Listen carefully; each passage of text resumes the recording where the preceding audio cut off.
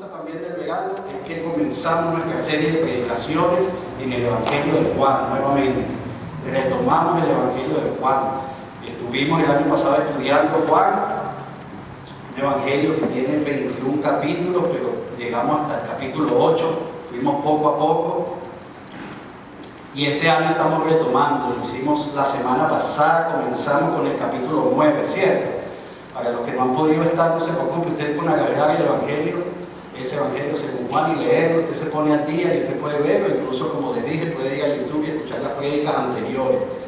Y eso es lo que vamos a estar haciendo durante el verano. Para los que no sabían, sépanlo, estudie, lea el Evangelio de Juan. Yo creo que es una buena oportunidad para que usted pueda venir a la iglesia incluso preparado sobre lo que el pastor va a predicar. Vamos a estar predicando en el Evangelio según Juan todas estas semanas. Y yo le voy a pedir que se ponga de pie. Vamos a ir directamente a la palabra, vamos a ir directamente al texto, porque de eso es que se trata. El texto es el que nos va a hablar y que nos va a hablar por durante este tiempo. Si usted no tiene ningún problema, acompáñeme de pie, vamos a leer la palabra. Juan capítulo 9. Si usted está usando esta Biblia, hay unas Biblias ahí en las bancas azules. Usted puede ir a la página 856 directo, vamos a estar leyendo desde el versículo 13. Juan capítulo 9, versículo 13. Esta es la nueva traducción viviente, por si acaso usted está usando otra y siente que hay diferencia. Usted nos puede acompañar con la versión que usted tenga, no hay problema. Juan capítulo 9, vamos a ir del versículo 13 y hoy vamos a leer hasta el 34. Juan capítulo 9, dice de la siguiente manera: entonces llevaron ante los fariseos al hombre que había sido ciego, porque era día de descanso cuando Jesús hizo el lodo y lo sanó. Los fariseos interrogaron al hombre sobre todo lo que había sucedido y le respondió: él puso el lodo sobre mis ojos y cuando me lavé pude ver. Algunos de los fariseos decían: ese tal Jesús no viene de Dios porque trabaja en el día de descanso. Otros decían: pero ¿cómo puede un simple pecador hacer semejantes señales milagrosas? Así que había una profunda diferencia de opiniones entre ellos. Luego los fariseos volvieron a interrogar al hombre que había sido ciego. ¿Qué opinas del hombre que te sanó? Creo que debe ser un profeta, contestó el hombre. Aún así, los líderes judíos se negaban a creer que el hombre había sido ciego y ahora podía ver. Así que llamaron a sus padres. ¿Es este su hijo?, le preguntaron. ¿Es verdad que nació ciego? Si es cierto, ¿cómo es que ahora ve? Sus padres contestaron: sabemos que él es nuestro hijo y que nació ciego, pero no sabemos cómo es que ahora puede ver ni quién lo sanó. Pregúntenselo a él, ya tiene edad para hablar por sí mismo. Los padres dijeron eso por miedo a los líderes judíos, quienes habían anunciado que cualquiera que dijera que Jesús era el Mesías sería expulsado de la sinagoga. Por eso dijeron: ya tiene edad suficiente, entonces pregúntenle a él. Por segunda vez llamaron al hombre que había sido ciego y le dijeron: es Dios quien debe recibir la gloria por lo que ha pasado, porque sabemos que ese hombre Jesús es un pecador. Yo no sé si es un pecador, respondió el hombre, pero lo que sé es que yo antes era ciego y ahora puedo ver. ¿Pero qué fue lo que hizo?, le preguntaron. ¿Cómo te sanó? Miren, exclamó el hombre, ya les dije una vez, ¿acaso no me escucharon? ¿Para qué quieren oírlo de nuevo? Ustedes también quieren ser sus discípulos. Entonces ellos lo insultaron y dijeron: tú eres su discípulo, pero nosotros somos discípulos de Moisés. Sabemos que Dios le habló a Moisés, pero no sabemos ni siquiera de dónde proviene este hombre. ¿Qué cosa tan extraña?, respondió el hombre. A mí me sanó los ojos y ustedes ni siquiera saben de dónde proviene. Sabemos que Dios no escucha a los pecadores, pero está dispuesto a escuchar a los que lo adoran y hacen su voluntad. Desde el principio del mundo nadie ha podido abrir los ojos de un ciego de nacimiento. Si este hombre no viniera de parte de Dios, no habría podido hacerlo. Tú naciste pecador hasta la médula, le respondieron. ¿Acaso tratas de enseñarnos a nosotros? Y lo echaron de la sinagoga. Vamos a orar. Padre, nuevamente te doy las gracias por este tiempo, Señor. Gracias por habernos traído hasta acá, por habernos movido de nuestros hogares, del lugar donde estábamos, haber puesto en nosotros no solamente el querer, sino el hacer, Señor. Y aquí estamos dispuestos, Señor, a escuchar tu palabra, a aprender más de ti, Señor, las enseñanzas que tú en vida, presente, en cuerpo, aquí en este mundo, Señor, trajiste para nosotros. Nos ponemos en tus manos en esta tarde, Señor. Gracias por el tiempo de alabanza, la oración, a través de los cantos, a través de las ofrendas, a través de nuestras vidas, Señor, al estar aquí presentes, Señor. Nos ponemos en tus manos, Padre, y te pido que hables a nuestras vidas en esta tarde. En el nombre de tu Hijo Jesús. Amén. Amén. Puedes sentarse.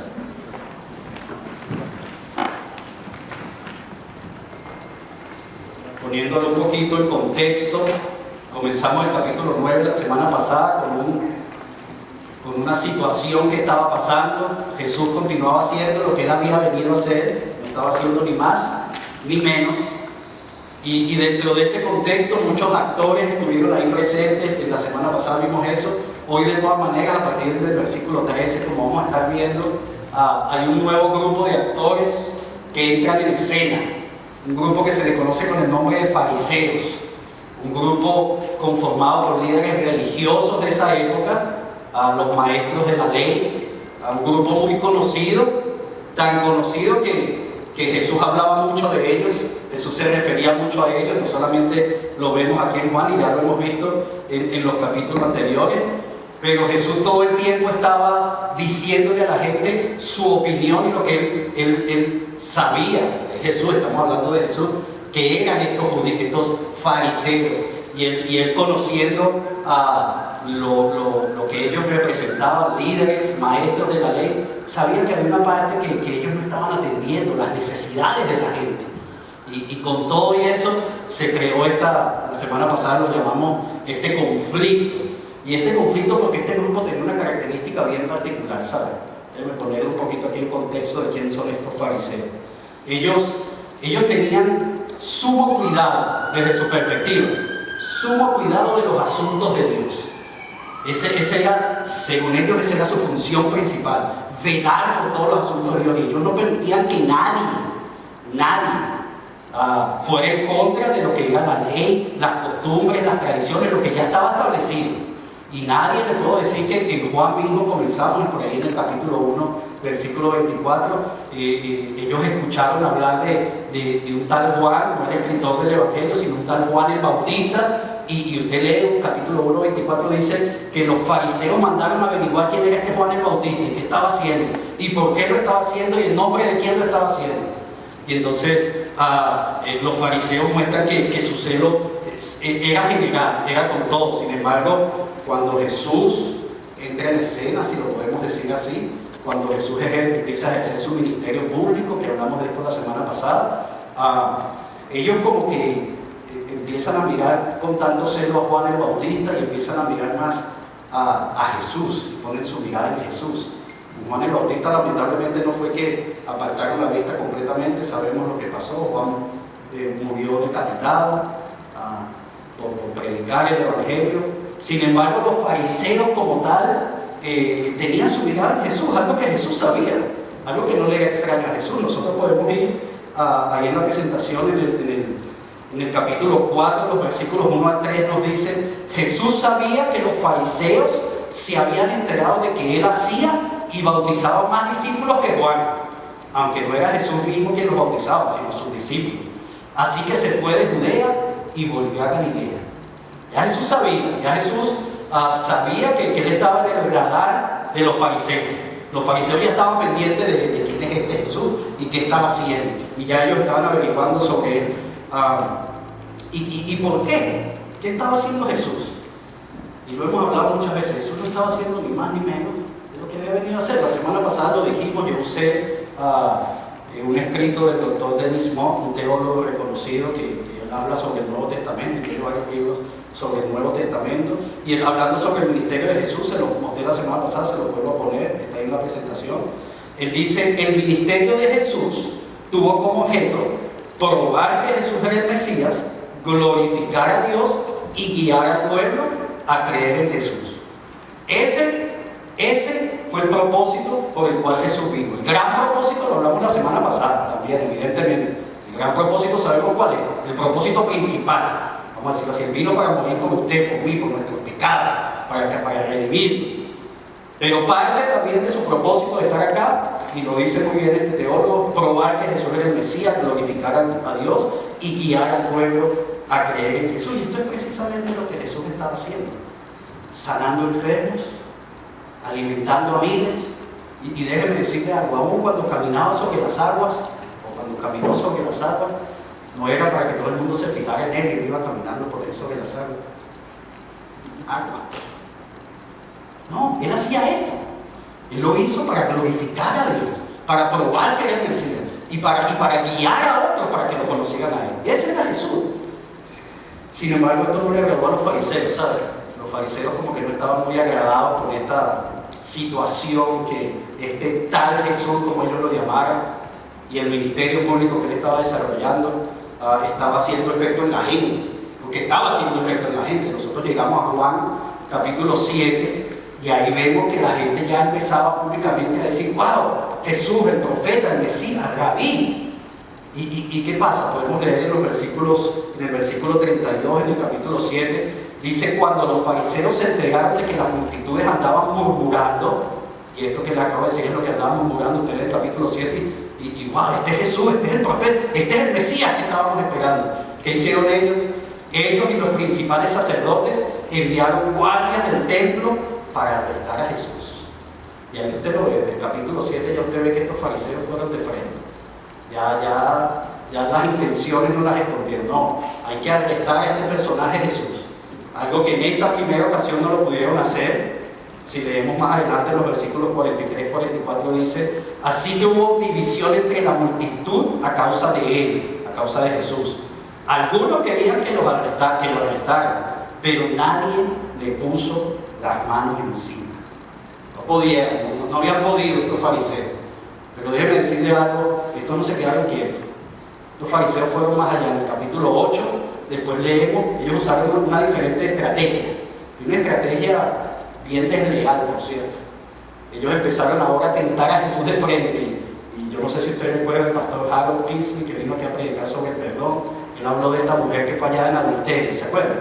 Y en el capítulo 8 lo vemos, se la traen allá a Jesús. Ajá, Jesús, la ley nos dice esto: mujer fallada en el acto de adulterio, tenemos que apedrearla hasta que muere. ¿Qué dices tú? Y ahí lo estaban probando, lo seguían probando, porque los fariseos a toda costa querían no solamente arrestarlo, sino nosotros sabemos, quizás en ese tiempo las multitudes, los seguidores mismos no sabían cuál era el propósito de estos fariseos. Pero lo estaban buscando para arrestarlo y para acabar con él. Así que llegamos al capítulo 9. Llegamos al capítulo 9. Jesús no se detiene. Está todo esto pasando, pero Jesús no se detiene. Y Jesús, cada oportunidad que veía, la tomaba y la hacía. ¿Y qué hizo? Vio a este ciego, a un ciego de nacimiento, y lo sanó. Y por supuesto los fariseos una vez más estaban preocupados. Imagínense la preocupación. Jesús hizo otro milagro. Tremenda preocupación, ¿no? Preocupadísimos estaban los fariseos.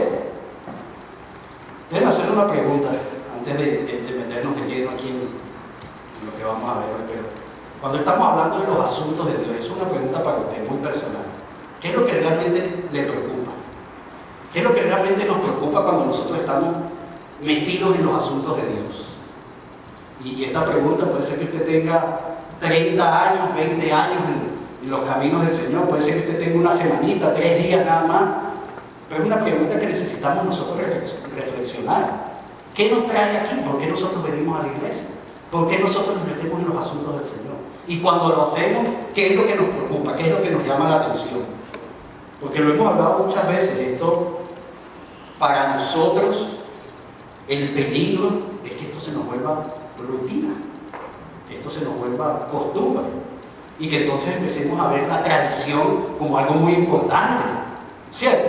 Y hemos hablado, incluso hemos usado la palabra, no es religión lo que aquí estamos haciendo, ¿cierto? Es relación.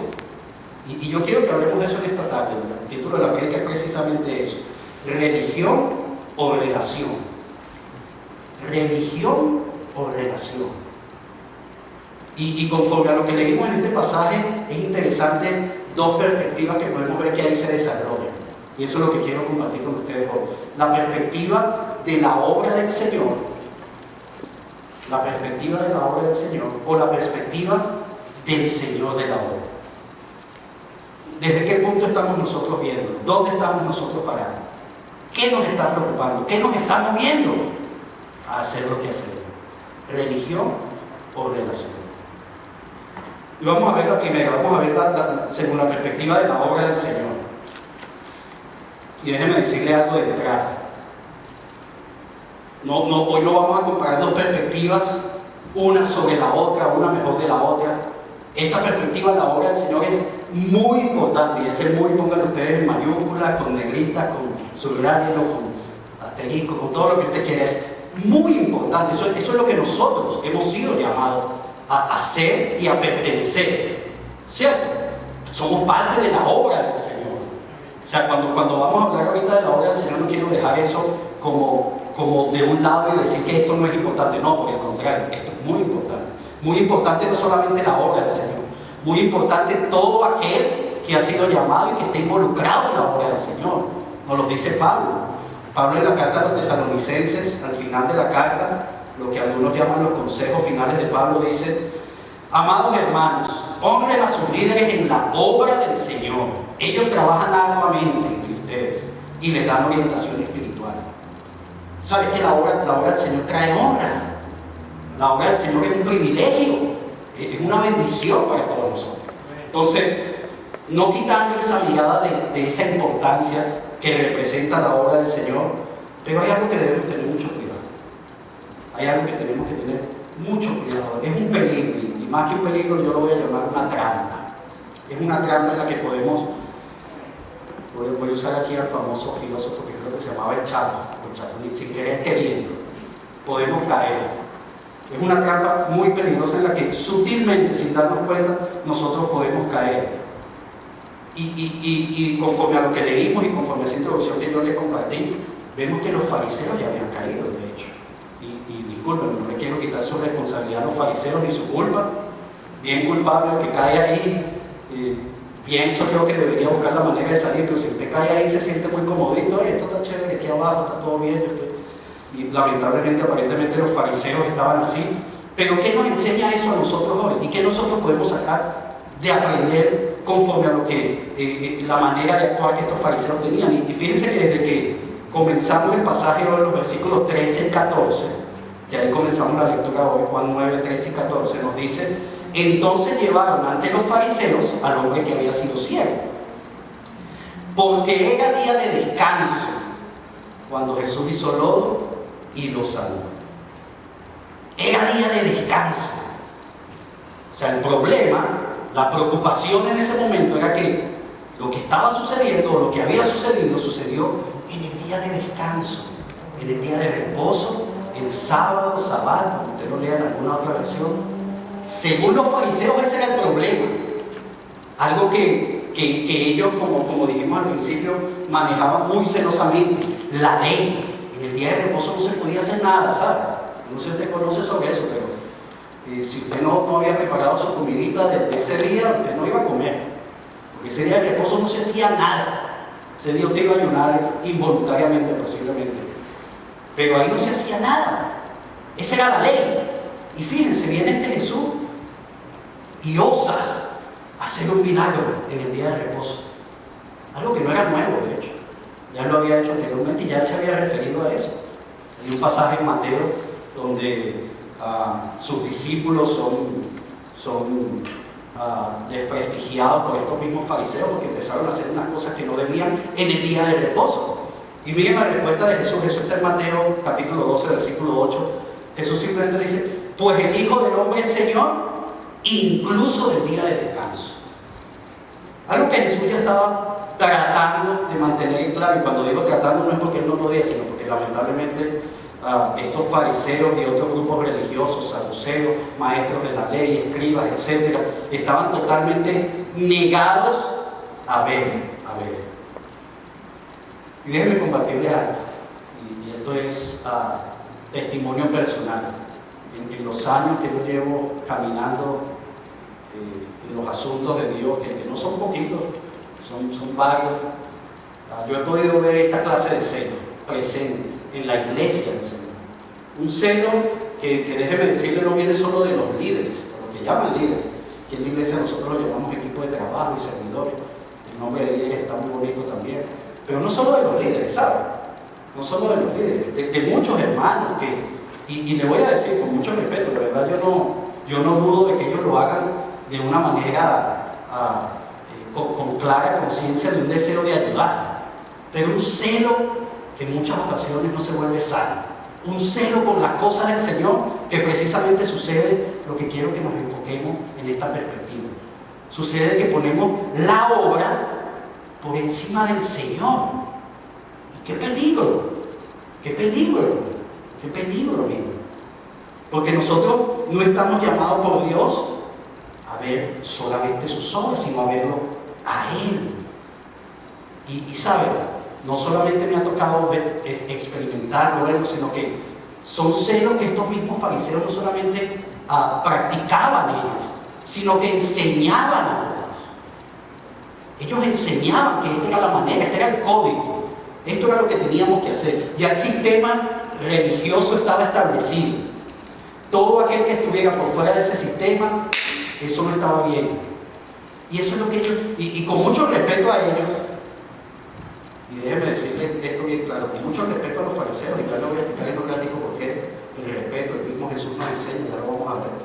Pero con mucho respeto a ellos sí. Si el asunto hubiera sido que ellos lo practicaban nada más, yo personalmente quizás no le hubiera puesto tanta atención y, bueno, allá ellos ya conocen, y conocen bastante. Pero el asunto es que ellos lo estaban enseñando. Qué peligro que nosotros como iglesia a veces no entendamos lo delicado que es pasar esa línea delgada de la obra del Señor y lo importante que es, y pretendamos poner la obra por encima del Señor. Y fíjese que lo podemos leer claramente en ese capítulo 9 de Juan que estaba sucediendo. ¿Quiere usted saber cuál es el peligro? Que hoy todavía, 2000 años después, vivimos. Fíjese que estos fariseos llaman nuevamente a este ciego y lo interrogan, porque estos fariseos hasta llegaron a pensar que el muchacho no era ciego. Para ellos era más fácil pensar que era una mentira que estaba sucediendo, a pensar que verdaderamente Jesús había hecho un milagro en el día de reposo. Y entonces ellos llaman a los padres y le preguntan a los padres, y usted sabe, ya lo leímos, cuál fue la respuesta del padre. Bueno, ese es mi hijo, y él nació ciego. Pero ¿qué pasó? Yo no sé, pregúntele a él, que ya le es bien grandecito. ¿Y por qué los padres hacen eso? Fíjense lo que dice el versículo 22.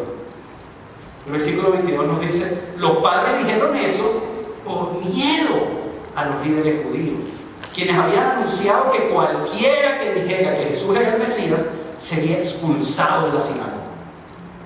Nada fácil, ¿no? Nada fácil. Que venga el pastor aquí en la iglesia o cualquier otro y diga, las cosas son así porque son así. Ah, no le gustó, bueno, váyase aquí. Qué peligro, hermano, qué peligro.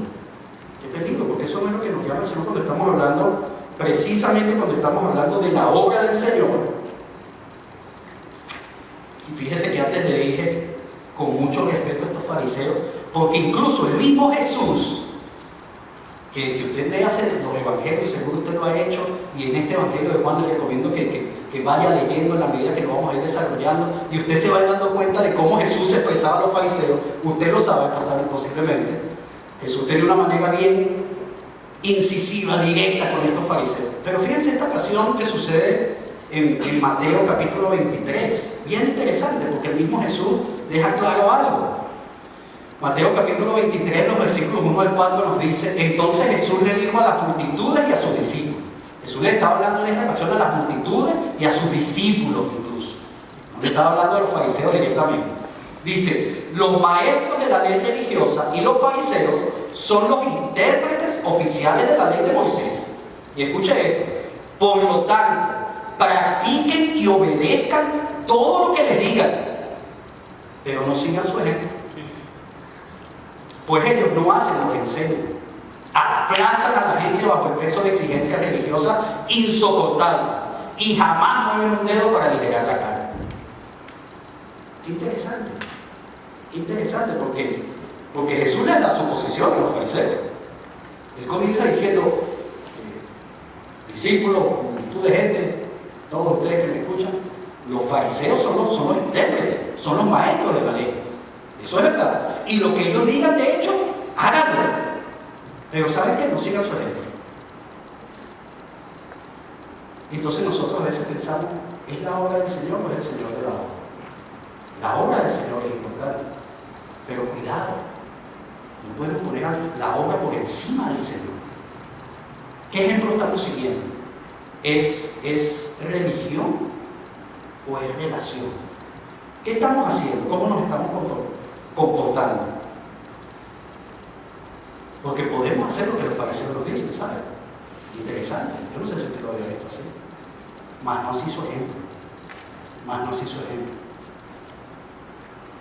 Entonces podemos entender que la obra del Señor, con toda la importancia que tiene, nunca puede ir por encima de la obra del Señor. Y podemos nosotros entonces hablar del Señor de la obra, que es el segundo punto que quiero compartirles en esta tarde. El Señor de la obra. La semana pasada hablamos sobre una serie de reacciones que pudimos ver en los 12 versículos primeros que tuvieron los discípulos, que tuvieron el mismo ciego, que tuvieron la gente que estaba ahí, los testigos, reacciones diferentes. Si usted se recuerda, si no vino, déjeme decirle que la semana pasada nos llamó mucho la atención y enfocamos nuestra mirada fue en la reacción que tuvo el ciego. Interesante esa reacción del ciego, sin desprestigiar a las otras, sin decir que las otras no eran importantes, pero esa reacción del ciego, qué impactante. Y fíjense que eso continúa. Aquí que a medida que leemos, a partir de los capítulos, de los versículos que leímos hoy, versículo 13 en adelante, ya le dije anteriormente, esa reacción que tuvo el ciego fue tal que los fariseos empezaron a pensar, no, todo esto es un montaje. Para ellos era más fácil creer que todo era un montaje, a creer que en verdad estaba sucediendo lo que estaba sucediendo. Entonces, ¿qué sucede? Fíjense cómo sucede. Vamos al versículo 24, la segunda parte del versículo 24. Los fariseos vuelven a llamar a este hombre ciego y le dicen, es Dios quien debería recibir la gloria por lo que ha pasado, porque sabemos que ese hombre Jesús es un pecador. Y yo no sé de dónde sacan estos fariseos eso. De verdad que yo leí bastante este pasaje y me fui a concordancias ahí. Pero ¿cómo estos fariseos llegaron a esta conclusión? Que Jesús es un pecador. Se lo dijeron de una manera, usted lea cualquier versión que usted quiera leer, y ellos dicen que Jesús es un pecador. ¿Sabe qué me deja pensando? Me deja pensando que ellos tenían, en su concepto, tenían una claridad tan grande de lo que es la obra del Señor, de lo que era la ley. Y se lo dije anteriormente, que cualquiera que transgrediera la ley era un pecador, incluyendo a Jesús. La ley era la ley, todo lo demás. Qué interesante. Pero ¿sabe qué me llama la atención más todavía? La respuesta que le dio el ciego. En el versículo 24b leímos eso, pero fíjense cómo responde en el versículo 25 el ciego. Yo no sé si es un pecador, respondió el hombre. Lo que yo sé es que antes era ciego y ahora puedo ver. Yo no sé lo que ustedes me están diciendo, maestros de la ley, líderes religiosos, fariseos, como quieran que ustedes lo llamen. Yo no sé si es verdad lo que usted me está diciendo que es un pecador. Lo que yo sé es lo que acaba de suceder. Y saben, hay otro peligro muy grande en esto de poner la obra por encima del Señor que hablamos en el punto anterior. Y es que podemos volverla un fin en sí mismo. No sé si me doy a entender con esto. La obra del Señor es el fin. Déjenme ponerle ejemplo. Venir a la iglesia es el fin. Tener tal actividad o tal programa es el fin. Hermano, ese no es nuestro fin. Ese no es nuestro fin. Porque cuando eso suceda, Dios nos guarde, Dios nos cuide, Dios nos ayude. Porque cuando eso llegue a suceder, y entonces nosotros nos salgamos de eso, estaremos en pecado. Estaremos afirmando así como afirmaron los fariseos. Es que somos unos pecadores. Porque es que la ley me dice esto y nosotros no estamos haciendo esto. Y eso era lo que estaba sucediendo en este momento. Porque la mirada de estos fariseos estaba en la obra y no en el Señor. Y es importante que nosotros reflexionemos en esto. Muy importante que nosotros reflexionemos en esto. Porque puede que inconscientemente, puede que lo hagamos por costumbre, por tradición, porque así nos enseñaron. Esa es la manera en que mis antepasados y así aprendí yo que debe ser todo hecho y de esta manera funciona la iglesia, la vida cristiana. Y ya le puse algunos ejemplos: venir a la iglesia los domingos, o el estudio bíblico, o incluso los discipulados. Y yo estoy cumpliendo con lo que la norma me dice.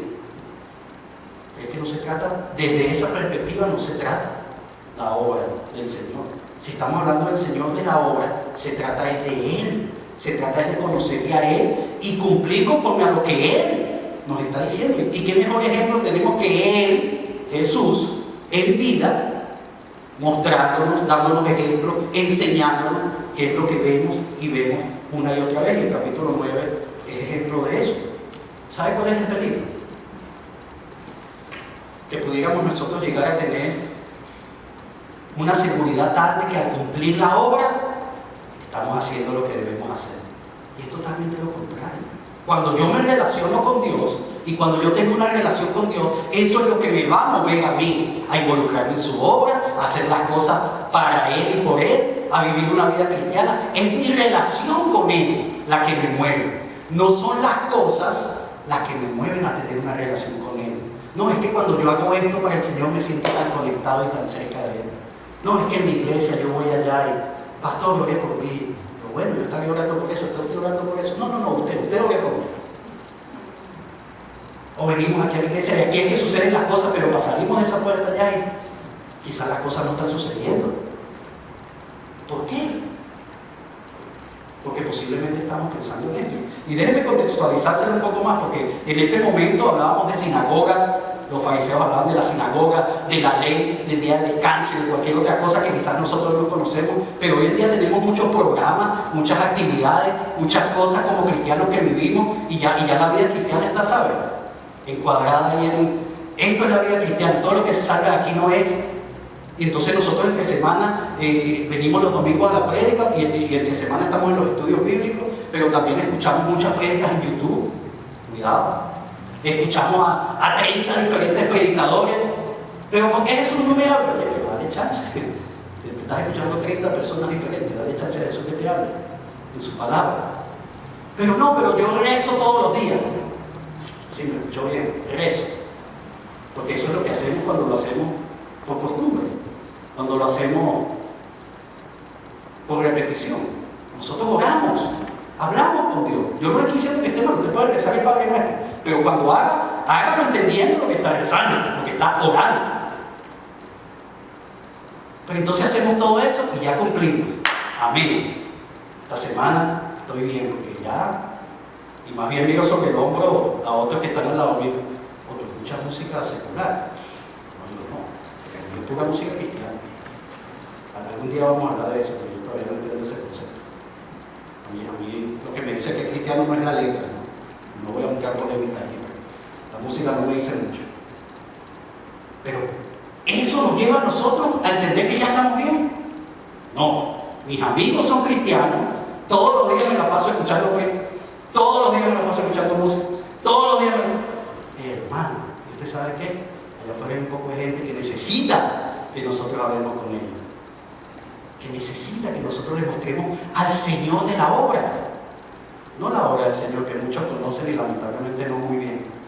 Déjenme decirlo, lamentablemente no la conocen tan bien como quisiéramos nosotros que la conocieran, porque ¿sabe qué? No se la mostramos como debería. Y eso me llama la atención de este ciego, porque este ex ciego, déjenme llamarlo ahora ex ciego, porque este ciego recuperó su vista física. Pero a mí no me queda duda leyendo este pasaje, y estoy seguro que vamos a seguir todavía en este pasaje, en este capítulo 9, porque hay muchísimo más que aprender. No me queda duda que este ciego se le abrieron los ojos físicos y los ojos espirituales, ¿sabes? Porque las reacciones que tiene este ciego les empezó a dar una cátedra, y no precisamente de religión, sino de relación a los fariseos. Él estuvo hablando con los fariseos de tú a tú, un ciego por diosero. sin menospreciar, ¿verdad? Que no tenían el estudio que tenían estos fariseos, y que el mismo Jesús de Mateo nos dice que son los intérpretes de la ley. Y él le da una cátedra. Y fíjense la conclusión que llega, y léala usted en la versión que usted quiera leerla, pero la conclusión que el cielo llega es que ¿acaso ustedes quieren ser sus discípulos? Y yo no sé si lo dijo en tono burlón o lo dijo muy en serio, ¿sabe? Porque quizás eso es lo que él estaba entendiendo en ese momento. Pero ya va, ¿cuál es la pregunta de él? ¿Cuál es la cosa que ustedes tienen conmigo? Es que ustedes quieren ser sus discípulos. Qué mayor ofensa para estos fariseos, ¿sabes? Discípulo serás tú. Yo soy discípulo de Moisés, que yo sé que Moisés habló con Dios, yo lo sé, pero ¿quién es este Jesús? Yo no sé. Pero ¿sabe qué? Este ex ciego que tenía toda la razón, si él hubiera querido, para basarse en la obra del Señor. Y escuchen esto, al hombre le acaban de hacer un milagro. Él se podía basar en la obra del Señor. Él podía decir, Dios me hizo el milagro, y quedarse hablando de la obra del Señor por siempre y predicarles a todos acerca de la obra del Señor. ¿Sabe qué? Él no se quedó ahí. Él entendió que lo importante fue el Señor que le hizo la obra, sin menospreciar lo que le había hecho. Ahora él veía, había recuperado la vista. Dios obró en él un milagro, pero él entendió que eso es una perspectiva, la obra del Señor, pero que lo importante es precisamente el Señor de la obra. Y permítame ir concluyendo con esto. Permítame hacerlo a manera de pregunta. Unas preguntas para que usted pueda responder quizá en casa, en su tiempo a solas con el Señor. ¿Qué perspectiva estamos nosotros manejando en nuestras vidas?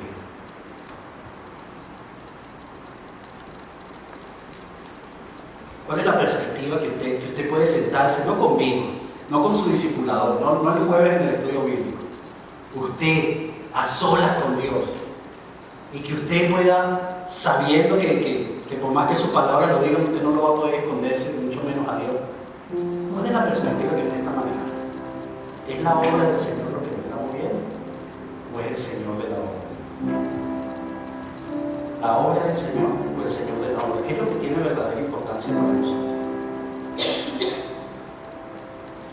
Lo que estamos haciendo, lo hacemos por la llenura que tenemos de conocer al Señor de la obra, y esa llenura rebosa en nosotros, que no podemos quedarnos tranquilos. Y yo voy para la iglesia porque un domingo no me puedo quedar en mi casa, por más que estén viendo la final del fútbol, o por más que estén haciendo lo que estén haciendo. Quiero estar en la casa del Señor, y es eso lo que me está moviendo, ese conocimiento, ese aprendizaje del Señor que me está mostrando el Señor de la obra.